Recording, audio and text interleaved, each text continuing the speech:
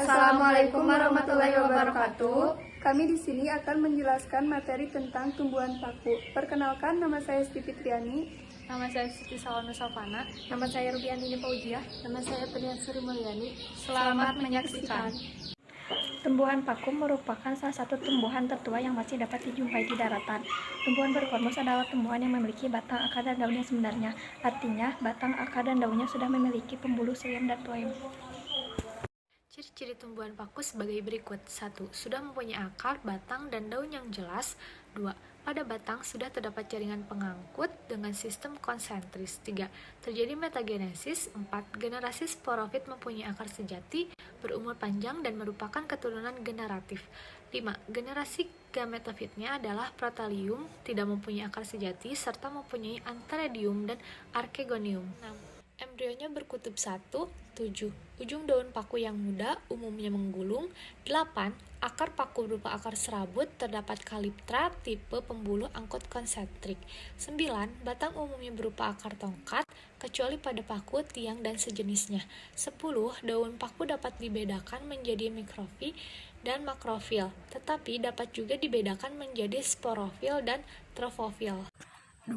Reproduksi tumbuhan paku atau Pridophyta. Tumbuhan paku dapat melakukan reproduksi secara aseksual atau vegetatif dan seksual secara generatif. 1.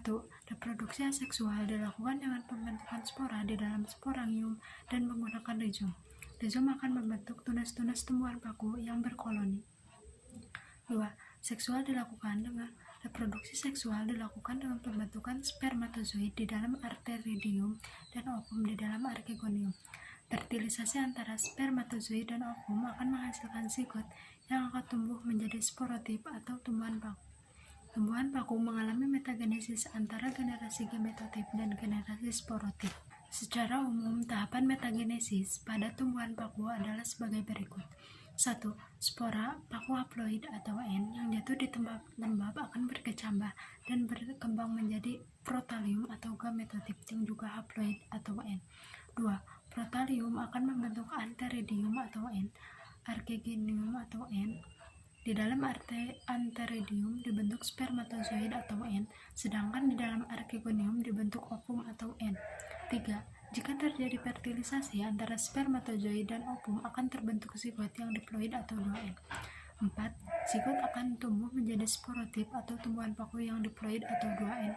Sporotip selanjutnya akan membentuk sporotip atau daun pembentuk spora yang juga diploid atau 2N. 5. Sporotip atau 2N akan membentuk sporangium atau 2N. Di dalam sporangium terdapat sel induk spora atau 2N yang akan membelah secara meiosis membentuk spora haploid atau N. Berdasarkan jenis spora yang dihasilkan, dikenal 3 jenis tumbuhan paku, yaitu 1. Paku homospora atau isospora, merupakan kelompok tumbuhan paku yang hanya menghasilkan 1 spora saja.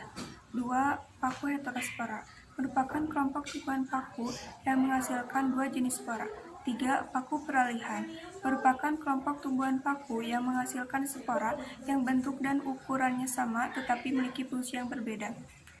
Tumbuhan paku diklasifikasikan menjadi 4, yaitu paku purba atau telanjang atau Pyropsida, paku kawat atau Lycopsida, paku ekor kuda atau Sphenopsida, dan paku sejati atau Felicinae. Manfaat tumbuhan paku atau Pridophyta.